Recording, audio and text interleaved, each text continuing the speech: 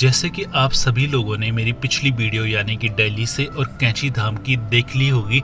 अगर नहीं देखी है तो आप देख सकते हो अगर आप दिल्ली से और कैंची धाम आना चाहते हो। नीम करोली बाबा के दर्शन करने के बाद मन हुआ कि कहीं और जाया जाए, तो हमारे मित्र और आप सबके प्यारे रंगीला सौदागर जी ने प्लान बनाया कि कहीं जाया जाए। तो हम यानी कि मैं, विजय भाई और सोनीपत से आए हुए राजेश सैनी जी निकल पड़े एक लंबे सफर में। जी हाँ, ये सफर बहुत लंबा और हसीन होने वाला है, जो कि कैंची धाम से होते हुए घोड़ाखाल मंदिर यानी कि हमारे गोलजू देवता से होते हुए एप्पल गार्डन, टी गार्डन और मुक्तेश्वर से होते हुए चौली की जाली, सोमवारी बाबा और लास्ट में भीमताल होते हुए भक्ति धाम। इस वीडियो में हम बहुत सारी चीजें कवर करने वाले हैं, वो भी एक दिन में। अगर आप कैंची धाम आ रहे हो और आसपास की जगह घूमना चाहते हो तो ये वीडियो आपके लिए हेल्पफुल रहेगी। सबसे पहले हम गए घोड़ाखाल मंदिर।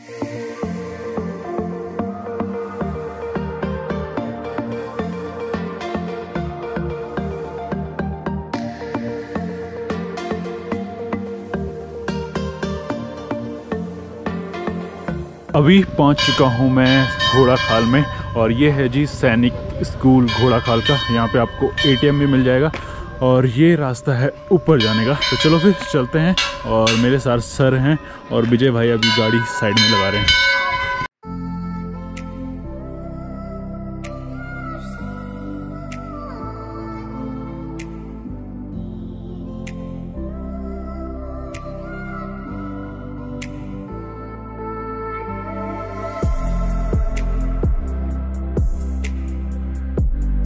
अभी आ गए हैं हम घोड़ाखाल मंदिर में और अब मैं आपको दर्शन कराने वाला हूँ घोड़ाखाल मंदिर के, जिसे कि हम गोयल देवता का मंदिर भी कहते हैं। तो ये आपको ऐसा कुछ व्यू यहाँ से दिखने वाला है, जिसके चारों तरफ ही घंटियाँ ही घंटियाँ, घांडियाँ ही घांडियाँ लगी हुई हैं। और ये सब उन भक्तों ने लगाई हुई है जिनकी भी मनोकामनाएं यहाँ पे पूरी हुई हैं। ठीक है, और एक चीज़ मैं आपको और बता देता हूँ थोड़ा सा पास जाके। तो यहाँ पे ना मतलब जो भी आपकी इच्छाएँ होती है, जो भी आपकी मतलब जो भी इच्छा होती है, जो भी आप चाहते हो, यहाँ पे आप अपने कागज़ में बांध के यहाँ पे लिखते हो तो आपकी जो भी मनोकामनाएं होती हैं वो पूरी होती है। और जो हमारा मंदिर है मेन, वो है इस साइड को। घोड़ाखाल मंदिर में हमें दर्शन हुए न्याय के देवता गोलजू देवता के। माना जाता है कि यहाँ पे जो भक्त सच्चे मन से प्रार्थना करता है उसकी सारी मनोकामनाएं पूर्ण होती है। यहाँ पे लोग दूर दूर से आते हैं और गोलजू देवता के दर्शन करते हैं। यहाँ पे आप चारों ओर देख सकते हो कि जितनी भी घांडियाँ यहाँ पे लगी हुई हैं वो सारे भक्तों ने चढ़ाई हुई हैं।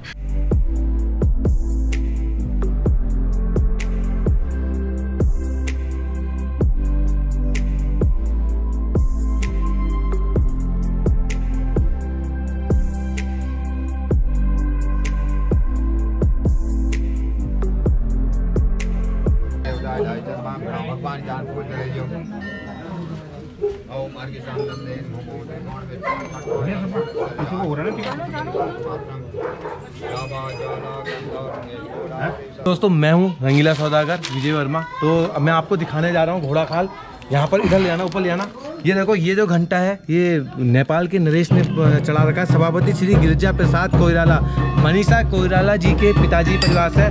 और मैंने नेपाली भक्तों को विजिट कराया था तो उन्होंने भी यहाँ पर घंटी चढ़ा रखी है। देखिए, जो सबसे बड़ा घंटा है वो 3.5 किलो का है, कम से कम 3.5 लाख का कम से कम। ये घंटा है और ये घंटे हैं और ये घंटा है। अच्छा। सबसे बड़े घंटे आपको दिख रहे हैं, 3-4 घंटे हैं जो यहाँ पर एक घंटा, एक घंटा। तो बहुत बड़े बड़े घंटे हैं।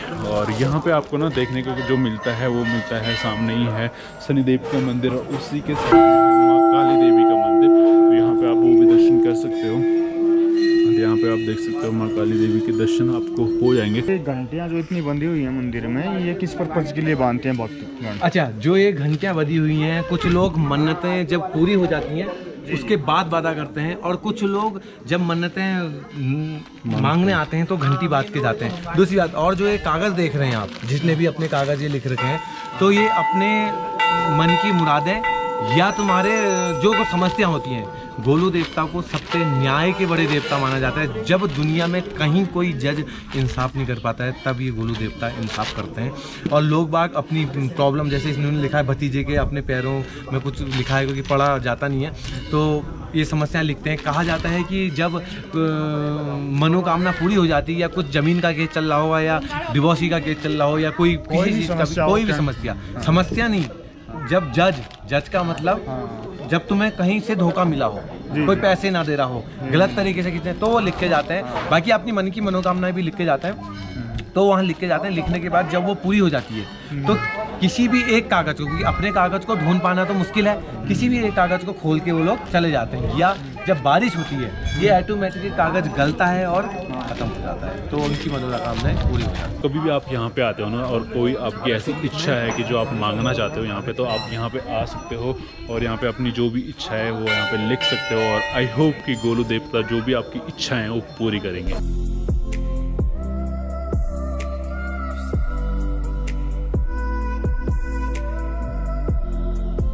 घोड़ाखाल मंदिर से जो नज़ारे दिखते हैं ना भीमताल के, बहुत ही खूबसूरत दिखते हैं। देख सकते हो पूरा भीमताल है नीचे और यहाँ से नज़ारे देखिए।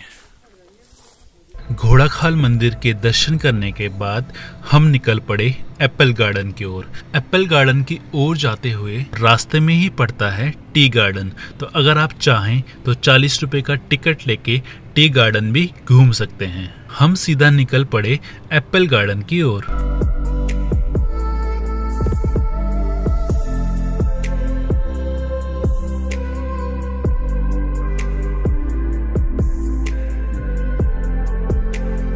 सबसे पहले अभी आपको सामने ही मिल जाएगा, ये बोर्ड दिख जाएगा आपको कि स्नो व्यू पॉइंट का। तो यहाँ पे जो है कि आपको, और इसी के सामने है ना जो पूरा गार्डन है, ये सामने आपको दिख रहा है पूरा गार्डन। चलिए अब गार्डन में चलते हैं और गार्डन में देखते हैं, वहां से कुछ तोड़ ताड़ के भी खाते हैं।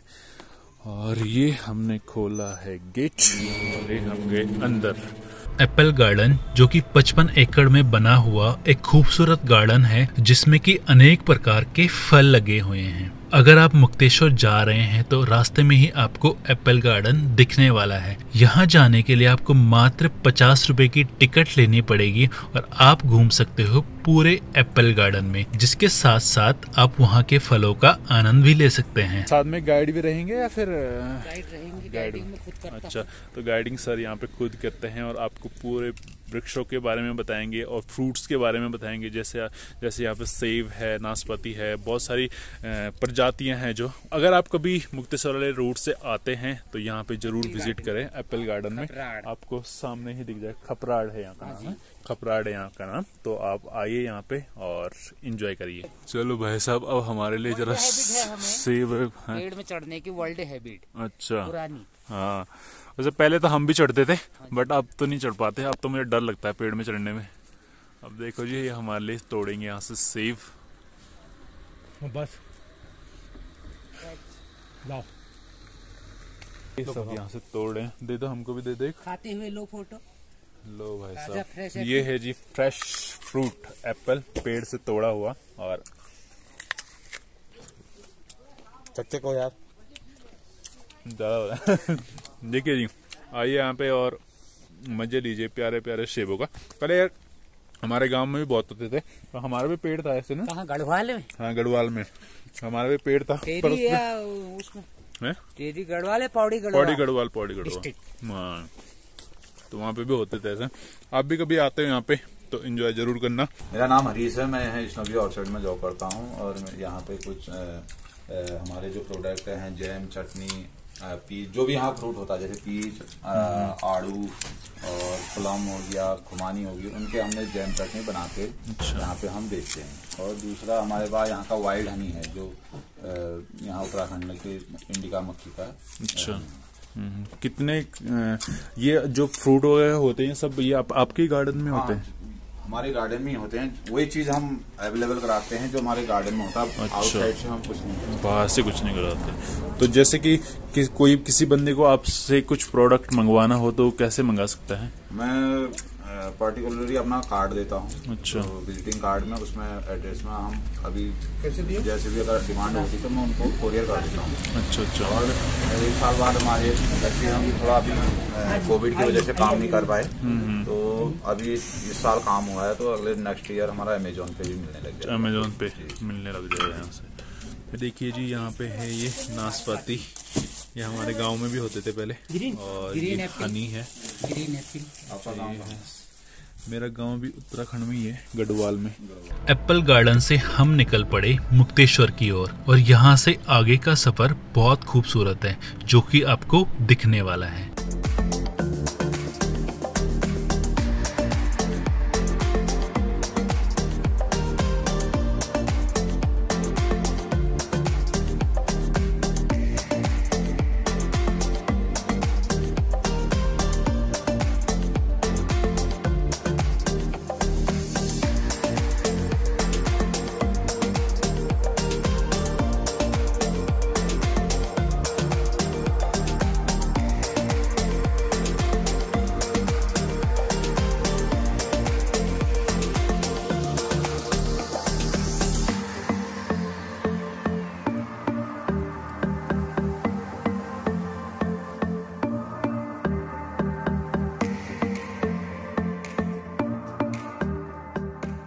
अभी हम हैं जी रामगढ़ में, और रामगढ़ की खेती देखो आप, खेती बाड़ी ये है पूरी इस साइड को, और उधर का नज़ारा देखो भाई साहब, कितना शानदार नज़ारा है जो हो रखा है। और अभी हम ना इधर से जाएंगे और मुक्तेश्वर में एंटर करेंगे। तो भाई साहब विजय भाई तो उधर हैं, और भाई साहब को लघु शंका हो रखी थी तो उधर गए हैं। और बाकी इधर का नज़ारा देखो यार, कितना खूबसूरत लग रहा है ना, ये देखो, बहुत ही मज़ा आ रहा है यार। तो यार मैं तो दिल्ली से ऐसे ही आ गया था बिल्कुल कि बिल्कुल मौज में जाऊंगा वहाँ पे, और ऐसा मुझे कुछ नहीं होगा कि ठंड लगेगी, बट यहाँ पे आके ना बहुत ठंड लग रही है, अब सहन नहीं हो रहा, और नींद भी आ रही है क्योंकि रात भर सोया नहीं था, तो अब थोड़ी बहुत नींद भी आ रही है। बट घूमना भी ज़रूरी है, तो इसलिए घूमना भी है, फिरना भी है, और शाम तक तो मैं शायद घर पे पहुँच जाऊँगा। इसी खूबसूरत रास्ते के बीच पड़ता है हमारे रंगीला भाई का गांव, यानी कि रामगढ़। मन तो हुआ कि रामगढ़ भी घूमा जाए, पर हमारे पास लिमिटेड टाइम था, तो हम निकल पड़े सीधे मुक्तेश्वर की ओर। कैंची धाम से मुक्तेश्वर मात्र 46 किलोमीटर दूर है, यानी कि आप 1.5 से 2 घंटे में मुक्तेश्वर पहुंच जाओगे।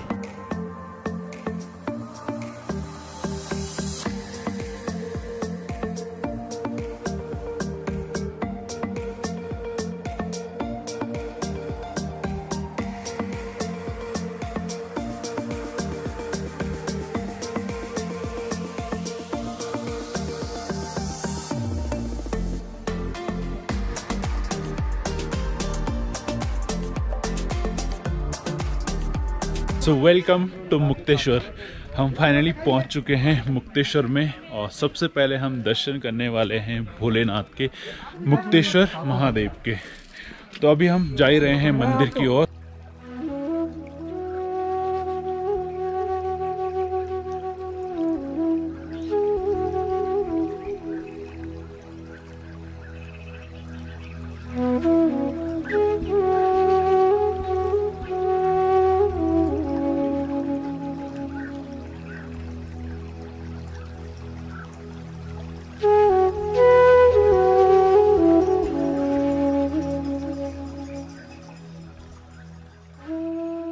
मुक्तेश्वर मंदिर सबसे ऊंची चोटी पे बना हुआ 350 साल पुराना एक प्राचीन मंदिर है। यहाँ से आपको चारों दिशाओं के खूबसूरत दर्शन होने वाले हैं।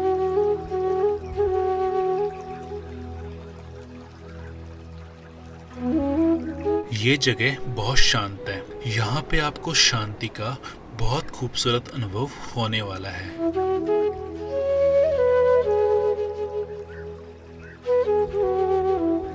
अभी मैं हूँ मुक्तेश्वर महादेव में, अभी मैंने दर्शन करके आ चुका हूँ, और जो दर्शन थे वहाँ पे बहुत ही खूबसूरत हो रहे थे। और यहाँ पे जो मेन है ना, यहाँ पे हल्ला गुल्ला नहीं किया जाता, बहुत शांति से रहते हैं लोग, तो अंदर भी बहुत शांति थी। जो यहाँ के पंडित जी थे ना वो भी बहुत शांत थे, और यहाँ पे भी उतनी ज़्यादा जो है कि शोर शराबा नहीं है। तो यहाँ पे ना आपको बहुत शांत माहौल मिलने वाला है। बहुत ही यूनिक जगह है, जैसे कि आप देख सकते हो ना, बहुत यूनिक जगह है। यहाँ पे लोग तो हैं कुछ, बट इतना शोर नहीं है। यहाँ पे पहले ही कह दिया गया है अंदर कि यहाँ पे ज़्यादा शोर ना मचाए, तो इसीलिए यहाँ पे ज़्यादा शोर नहीं है। यहाँ की लोकेशन आप देखिए, यहाँ से ना पूरा उतना अच्छा खासा लोकेशन वहाँ पे दिखता है हमको। और जो लोकेशन है और जो शिव टेम्पल बन रखा है, तो यहाँ से आपको चारों तरफ का व्यू जो है कि दिखने वाला है। तो यहाँ पे माँ पार्वती का मंदिर है और ऊपर महादेव का मंदिर है। तो महादेव का नाम मुक्तेश्वर था, इसलिए यहाँ का नाम मुक्तेश्वर महादेव रखा गया है।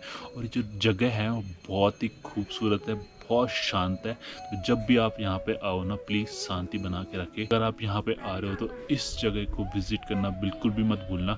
और मैं थैंक यू सो मच कहना चाहूँगा रंगीला सौदागर यानी कि विजय भाई को, कि उन्होंने यार मुझे इतनी खूबसूरत जगह दिखा दी। खुद तो आए नहीं, खुद तो नीचे ही हैं, बट मुझे उन्होंने कितनी खूबसूरत जगह दिखा दी। तो थैंक यू सो मच रंगीला भाई। तो चलिए फिर अब चलते हैं अपनी नेक्स्ट डेस्टिनेशन की ओर। ये जो डेस्टिनेशन थी और जो ये मंदिर था वो बहुत ही खूबसूरत बनाया गया है। महादेव के दर्शन करने के बाद मात्र 200 मीटर दूर हम गए चौली की जाली में। चौली की जाली में हर साल यानी कि शिवरात्रि में एक पूजा होती है। माना जाता है कि यहाँ पे शिवरात्रि के दिन पूजा करने पे आपको संतान प्राप्ति होती है। जो चौली की जाली है ना वो ये है, आपको दिख रहा है आपको ये तो ये तब खुलती है जब यहाँ पे शिवरात्रि होती है ना। तो शिवरात्रि पे अगर जो भी लेडीज़ मतलब कि मां नहीं बन पाती तो वो यहाँ पे आ सकती है और यहाँ पे पूजा अर्चना कर सकती है। और यहाँ पे अंदर जाते हैं वहाँ पे, तो तब उनकी मनोकामना जो पूरी होती है। तो अगर आप भी ऐसी कुछ आपको भी प्रॉब्लम है कि आपका अगर संतान नहीं हो पा रही, तो आप यहाँ पे आ सकते हो और अपनी मन्नत जो है कि मांग सकते हो और मन्नत आपकी पूरी हो जाएगी। तो अगर आप यहाँ पे आते हो तो यहाँ पे आप जिप लाइनिंग भी कर सकते हो, जिसकी कॉस्ट है 500 रुपीज़। एक भैया चले गए हैं नीचे से। भाई साहब मुझे भी पहले बहुत डर लगा था जब मैं पहली बार गया था। Oh my God. एक बार नीचे देखो। पोज करा रहे भाई साहब। सर यहाँ से वैली देखो। एक बार नीचे देखो, नीचे तो देखो। तो अभी जहाँ पे मैं खड़ा हूँ ना, ये सबसे टॉप है। यहाँ से आपको पूरा व्यू दिखने वाला है, पर डर भी लग रहा है कहीं नीचे पैर न फिसल जाए। तो अभी हम चल रहे हैं वापसी की ओर। भाई साहब को थोड़ी बहुत यहाँ पे हमने फ़ोटो खिंचानी थी, एक फ़ोटो तो ले लिया और अब चलते हैं वापसी की ओर। मुक्तेश्वर से लौटते हुए लंच करने के बाद हम निकल पड़े 26 किलोमीटर दूर सोमवारी बाबा के आश्रम में। सोमवारी बाबा का आश्रम नदी से सटा हुआ एक खूबसूरत जगह पे बना हुआ है।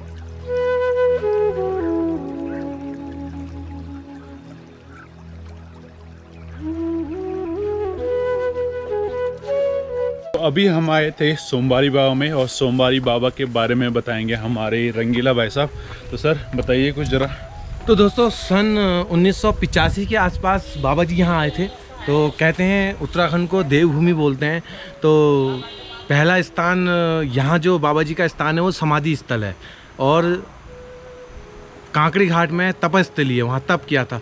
तो बाबा जी का एक स्थान और है, खैर नाम है, वो कैंची धाम में भी बाबा जी तप किया करते थे। कहा जाता है कि यहाँ समाधि, हम इस वक्त पदमपुरी क्षेत्र में स्थित जो सोमवारी बाबा जी का आश्रम है वहाँ पर मौजूद हैं। कहा जाता है ये समाधि स्थल था, और यहाँ पर घाट है, यहाँ पर चिताएँ जलाई जाती हैं। तो दोस्तों कहा जाता है कि बाबा जी ने जब सशरीर थे, जब बोलते थे, तो बाबा जी ने भक्तों से, जो भी उनके भक्त रहा करते थे, आप मेरी वीडियो में देख सकते हैं, तो उसमें बोला कि अब चिता बनाओ अपने लिए। सोमवारी बाबा जी ने खुद अपने लिए चिता बनवाई, और चिता में जब आग वाग लगाने की बारी आई, जब देखा तो कमरे के अंदर गए तो उनका शरीर निढल पड़ा था, मतलब प्राण चेष्टा जा चुकी थी। और ये भी कहा जाता है कि उनका शरीर फिर शरीर नहीं रहा, एक शक्तिपुंज, एक ज्योति, एक भक्त लोग बताते हैं उस टाइम की कि जो ज्योति थी उनके शरीर से उत्पन्न होके वो आकाश मार्ग में चली गई।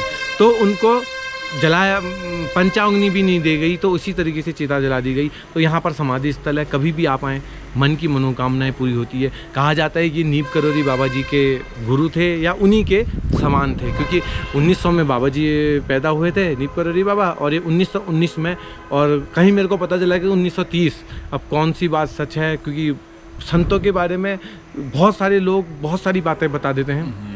सोमवारी बाबा के दर्शन करने के बाद हम निकल पड़े भीमताल से होते हुए भक्तिधाम।